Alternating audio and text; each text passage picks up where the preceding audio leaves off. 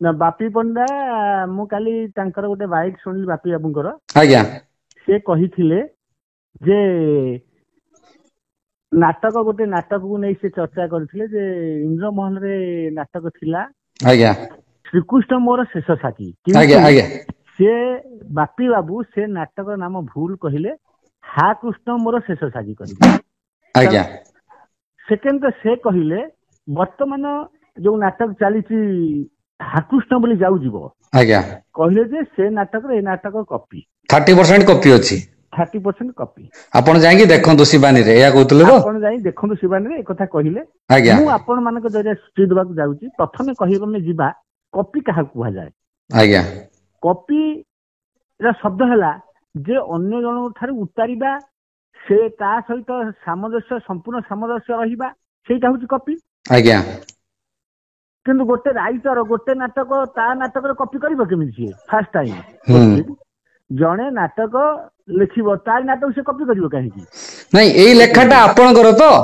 ହଁ, ଦିଟା ଲେଖା ମୋ ଆପଣଙ୍କ ଲେଖା। ପର୍ସନାଲି ବର୍ତ୍ତମାନ ବାପି ବାବୁଙ୍କ କହିବା କଥା ଯେ ନିହାର ବାବୁ ଯାହାକି କପି କରି ନାଟକଟିକୁ କରିଛନ୍ତି, ହଁ, ସେଥିଲାଗି ଆପଣ କଣ କହିବାକୁ ଚାହୁଁଛନ୍ତି? ସେ କପି କୋଉ ନାଟକରୁ ହେଇଛି? ସେ ଇନ୍ଦ୍ରମହଲ ଯୋଉ ନାଟକ ହେଇଛି ସେଇଟା ମୋ ନାଟକ। ଆଜ୍ଞା ଶାହାକୃଷ୍ଣ ଦୂରେ ଯାଉଯିବ ଶିବାନୀ ଯୋଉ ହେଇଛି ସେଇଟା ହଉଛି ଯୋଉଟା ମୋ ନାଟକ। ବର୍ତ୍ତମାନ 2025ରେ 2024-25ରେ ଆଗ ଧାଡିରେ ଆଗ ନାଟକ ମାନେ ସଭା ପ୍ରଥମେ ସେ ନାଟକ ହା କୃଷ୍ଣ ଯାଉ ଯିବ ବୋଲି ନାଟକ, ଯୋଉଟା ହିଟ୍ ନାଟକରେ ଅଛି। ତେଣୁ ମୁଁ ଏଇଠି କହିବାକୁ ରଖିବାକୁ ଚାହେଁ, ବାପି ବାବୁ ବୋଧେ ହୁଏ ସେ ଦିଟା ନାଟକ ଦେଖି ନାହାନ୍ତି। ସେ ଦିଟା ନାଟକ ଦେଖି ନାହାନ୍ତି କାହିଁକି ମୁଁ କହୁଛି ଯେ ଇନ୍ଦ୍ରମହଲ ନାଟକ ଶ୍ରୀକୃଷ୍ଣ ମୋର ଶେଷ ସାକ୍ଷୀ ଏବେ ବି ତାର ଭିଜୁଆଲ ୟୁଟ୍ୟୁବ ଚ୍ୟାନେଲରେ ଚାଲିଛି। ହୁଁ ହୁଁ ଆଉ ହାକୃଷ୍ଣ ବୋଲି ଯାଉ ଯିବ ନାଟକ ବି ଏବେ ମଧ୍ୟ ଫିଲ୍ଡରେ ଚାଲିଛି। ଆଜ୍ଞା ସେ ଆଗେ ଫାଷ୍ଟ ଦିଟା ଦେଖନ୍ତୁ, ତାପରେ ମତ ଦେବେ। ଆଜ୍ଞା ଇଏ କି ବାଚାଳିନୀ ମତ କଣ? ଇଏ ବାଚାଳନୀ ମତ। କଥା କୁହା କପିଳା, ସେ ଚାହୁଁଛନ୍ତି କେମିତି ଯାତ୍ରା ଜଗତ ବୁଡି ଯାଉ। ସେ ବର୍ତ୍ତମାନ ଭସ୍ମାସୁର ସାଜିଛନ୍ତି, ଯାତ୍ରା ଜଗତରେ ସେ ଭସ୍ମାସୁର ସାଜିଛନ୍ତି। ମୁଁ ଏଇଠି ତାଙ୍କ ଗୋଟେ କଥା କର୍ମ ଆପଣଙ୍କୁ ପଚାରିବି ନିହାର ବାବୁ, ଏଠି ଦେଖିବାକୁ ଯାଉଛନ୍ତି ଗଣମାଧ୍ୟମରେ କେବଳ ତର୍କ ବିତର୍କ, ଯାତ୍ରାର ଯୋଉ ଭଳିଆ ଆସିଲାଣି ପରିସ୍ଥିତି, ଇଏ ଅବନତି ଛଡା ଉନ୍ନତି ଆଡକୁ ଯିବାକୁ କେବେ ଚାହୁଁନାହାନ୍ତି କି? ଆପଣ ଡାଇରେକ୍ଟର ମହାସଂଘ ହୁଅନ୍ତୁ, କଳାକାର ମହାସଂଘ ହୁଅନ୍ତୁ, ମାଲିକ ମହାସଂଘ ହୁଅନ୍ତୁ, ଏବେ ପୁଣି ଗୋଟେ ନୂଆ ଦେଖିବାକୁ ମିଳୁଛି ଦର୍ଶକ ମହାସଂଘ। ତାହେଲେ ଏସବୁକୁ ନେଇକି ଆପଣ କଣ କହିବେ? ଶୁଣନ୍ତୁ, ସବୁ ପରେ ସଂଘ ହଉଛି ମାଲିକ, ଇଏ ହଉଛି ମାଲିକାନ ସତ। ଆଜି ଚାହିଁଲେ ମାଲିକ ଯଦି ପାର୍ଟି ବନ୍ଦ କରନ୍ତି, ନା କଳାକାର ଥିବେ, ନା ରାଇଟର ଥିବେ, ନା ଦର୍ଶକ ଥିବେ ଯାତ୍ରାର। ଆପଣ କୁହନ୍ତୁ, ଆଜ୍ଞା କାଲି ସକାଳେ ଯଦି ମାଲିକ ପାର୍ଟି ସବୁ ବନ୍ଦ କରିଦେବେ, ନା ଦର୍ଶକ ରହିବେ, ନା କଳାକାର ରହିବେ, ନା ରାଇଟର ରହିବେ? ଏବେ ପରା ମାଲିକ ବରିଷ୍ଠ ବୋଧେ କଳାକାର ମାନେ କହିଲେଣି କି ଯାତ୍ରା ପାର୍ଟି ନୂଆ ତିଆରି କରିବେ। ସେ ଭୁଲ ଧାରଣା। ଏମିତି ବି ପରିସ୍ଥିତି ଆସିଥିଲା ଥରେ। ଆମର ତାର ସାକ୍ଷୀ ଅଛନ୍ତି, ଯେ କି ଆମର ସୁରେଶ ପଣ୍ଡା ବି ଗୋଟେ ସୁରେଶ ପାର୍ଟି ପଣ୍ଡା କରିଛନ୍ତି, କରିଥିଲେ ଯୋଉଟା ପୃଥ୍ୱୀରାଜ ପାଇଲେନି। ଗଣନାଟ୍ୟ। ପୃଥ୍ୱୀରାଜ ଗଣନାଟ୍ୟ କରିଥିଲେ, ସେଇ ବହୁତ ଦିନ ତିଷ୍ଠି ପାଇଲେନି, ସେ ଆଜ୍ଞା ବି ପୁଣି ସେଇ ଯାତ୍ରା ଜଗତକୁ ଫେରିଲେ। ଆଜ୍ଞା ଯାତ୍ରା ଜଗତ କିଛି ହେଇନି। ଏଇ କଥା କୁହା କପିଳା କେତେ ଜଣ ଅଛନ୍ତି, ଆଜ୍ଞା ସେ ଚାହୁଁଛନ୍ତି, ତାଙ୍କର ଯୁଗ କାଳ ସରି ଆସିଲାଣି ଆସ୍ତେ ଆସ୍ତେ। ଏବେ ସେ ଏବେ ଚାହୁଁଛନ୍ତି ଦେଖିଲୁ ଗୋଟେ ବଡ ଗଣମାଧ୍ୟମରେ ଜଣେ ପୋଡକାଷ୍ଟରେ ବସିଥିଲେ ବରିଷ୍ଠ ଖଳନାୟକ ସଞ୍ଜୟ ବଳ। ସେ ସେମିତି ଆଜ୍ଞା କହିଲେ, ମତେ ଡାଇରେକ୍ଟର ମହାସଂଘ, ରାଇଟର ମହାସଂଘର ଯୋଉମାନେ ମତେ ବ୍ୟାନ କରିବେ, ମୁଁ ଯାତ୍ରା ପାର୍ଟି ବନ୍ଦ କରିଦେବି। ମୁଁ ନିଜେ ଯାତ୍ରା ପାର୍ଟି ମୁଁ କରିବି। ମୋ ଯାତ୍ରା ପାର୍ଟିର ନାଁ ହେଲା ଯାତ୍ରା ମହାବଳ ଅପେରା। ମାନେ ଏଇଟା କଣ କଥାରେ ଯାଉଛି, ନା ଏଇଟା ସତରେ କରି ପରିଣତ କରି ଦେଖେଇବେ ସେ ଯୋଉ ବରିଷ୍ଠ ଖଳନାୟକ? ଆମେ ବି ସେଇ କୋଶ୍ଚିନ୍ ଆପଣ ମାନଙ୍କ ଜରିଆରେ ପଚାରୁଛୁ। ମହାବଳ ବାଘ ହଉ, ମହାବଳ ବାଘ ଗଣନାଟ୍ୟ ହଉ, ତାର କୋଉ ରାଇଟର ମାନେ ଯାଇ କରୁଛନ୍ତି ସେଇଟା ଦେଖିବାକୁ ପଡିବ। ହୁଁ ସେଇ ଯାଇ ଅପେକ୍ଷା କରନ୍ତୁ।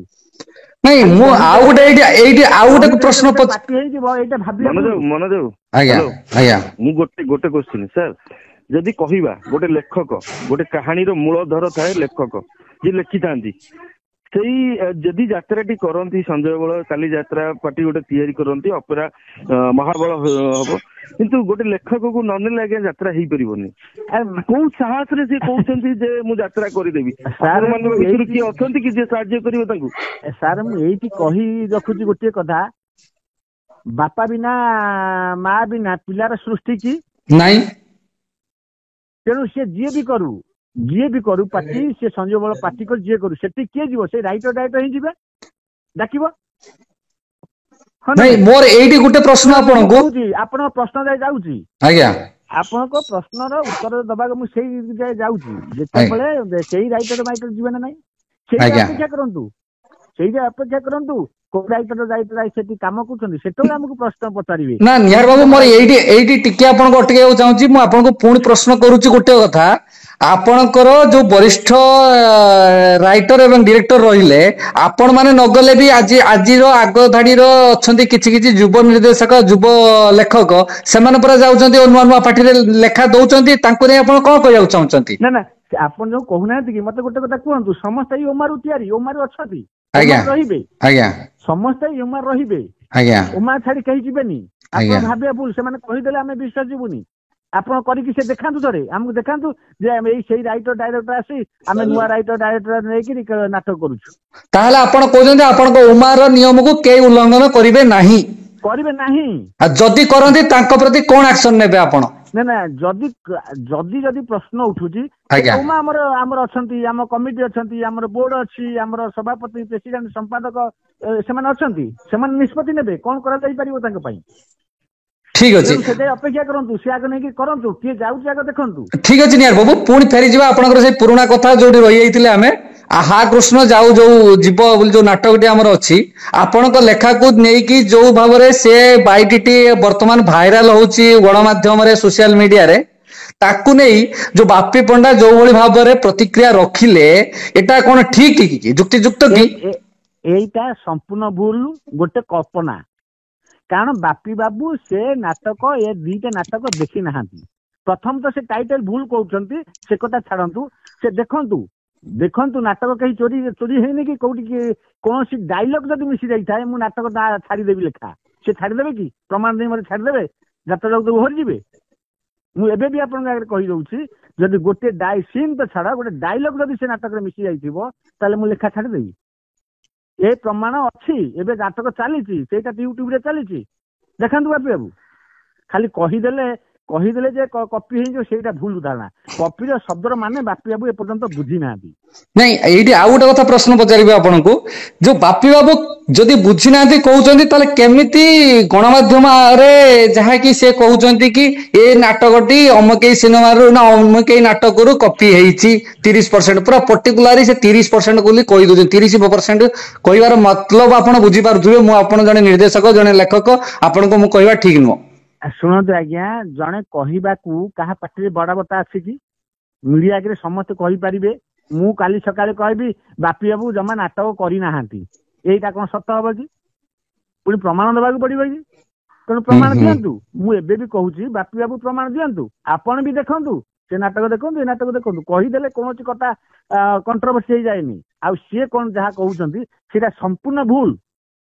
ସେ ତ ଟାଇଟଲ ଜାଣିନାହାନ୍ତି, ନାଟକ ବିଷୟରେ କହିବେ କେମିତି? ଫାର୍ଷ୍ଟ କ୍ୱେଶ୍ଚିନ୍ ମୋର ତାଙ୍କୁ, ସେ ଟାଇଟଲ ଜାଣିନାହାନ୍ତି, ନାଟକ ବିଷୟରେ କହିବେ କେମିତି? ସେ ତ ରାତି ସାରା ନାଟକ ରହିଲେ, ନାଟକ ଦେଖିଲେ କେତେବେଳେ?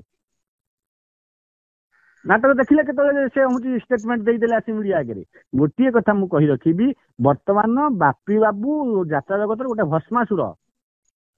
ତାଙ୍କ ପଛରେ କେଇଟା କଳାକାର ବାହାରି କହୁଛନ୍ତି ମତେ କହିଲେ? 15,000 କଳାକାରକୁ ଯଦି ସିଏ ଆସି ବାହାରି କହୁଛନ୍ତି, କେତେଟା ଜଣ କପି କରି ନାଟକ ହଉଛି ବୋଲି ସେ କହୁଛନ୍ତି। ଯଦି ଆମେ କପି କରିବୁ, ମାଲିକ ଆମକୁ କହିବେ, ଆମକୁ ଦର୍ଶକ କହିବେ, ଦର୍ଶକ ଆମ ନାଟକ ବନ୍ଦ କରିଦେବେ, ମାଲିକ ଆମକୁ ରେମ୍ୟୁନେସନ ବନ୍ଦ କରିଦେବେ। ଆଜିକା ଡେଟ୍ରେ ମତେ କାହିଁକି ମାଲିକ ମାନେ କହୁଛନ୍ତି ମୁଁ ଅଧିକା ନାଟକ କରୁଛି? କୁହନ୍ତୁ, ମୁଁ ଯଦି କପି କରୁଛି ବୋଲି ସେମାନେ ଭାବୁଛି, କୁହନ୍ତୁ ମତେ। ତେଣୁ ଏଇଟା କିଛି ନୁହଁ, ଏଇଟା ଗୋଟେ ଆମ ଉମା ମୋ ବିରୁଦ୍ଧରେ କାନୁ, ଆମ ଉମାକୁ ବ୍ଲେମ କରିବା, ଏଇଟା ଗୋଟେ ଷଡଯନ୍ତ୍ର।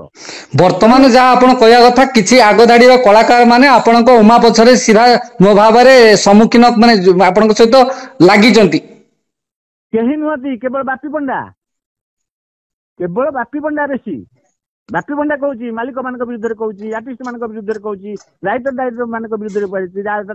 ବାପି ପଣ୍ଡା କଣ ଯାତ୍ରାର ଜନକ? କଣ ବାପି ପଣ୍ଡା? ତାହେଲେ ଆପଣ କହୁଛନ୍ତି ବାପି ପଣ୍ଡା ୟା ପଛରେ କହିବାର କାରଣ ଟା କଣ ଭାବୁଛନ୍ତି ଆପଣ? ଏମିତି କହିବାର ମାନେ କାହିଁକି କହୁଛନ୍ତି? ନା, ସେମାନେ କହିବାର କାରଣ, ଯାତ୍ରା ଜଗତ କେମିତି ଧ୍ୱଂସ ହେଇଯାଉ, ରାଇଟର ମାନଙ୍କ ବିରୁଦ୍ଧରେ ବିଦ୍ରୋହ ହଉ, ମାଲିକ ମାନଙ୍କ ବିରୁଦ୍ଧରେ ବିଦ୍ରୋହ ହଉ, ଆର୍ଟିଷ୍ଟ ମାନଙ୍କ ବିରୁଦ୍ଧରେ ବିଦ୍ରୋହ ହଉ,